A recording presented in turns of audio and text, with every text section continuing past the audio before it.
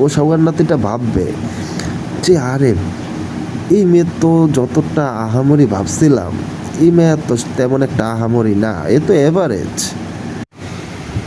ওই ছেলে তখন চিন্তা করবে যে এই মেয়ের পিছনে 2 দিনে আমার যত টাকা খরচ হয়, ওই টাকা দিয়ে আমি বিড়ি খাইতে পারবো, ওই টাকা দিয়ে আমি বন্ধু বান্ধব নিয়ে চিল করতে পারবো, ওই টাকা দিয়ে আমি মাগি লাগাইতে পারবো।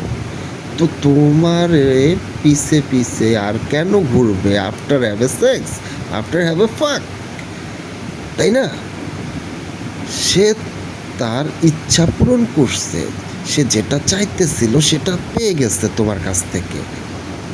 সে তোমাকে ইউজ করছে, সে তোমাকে ইউজ করার পর সে কি আর ইন্টারেস্ট দেখাবে? দেখাবে না তো, তাই না? এই পোলা তোমার সাথে টাইম পাস ছাড়া কিছুই করতেছে না, ওর খালি চোদার কেনা আর কিছুই না।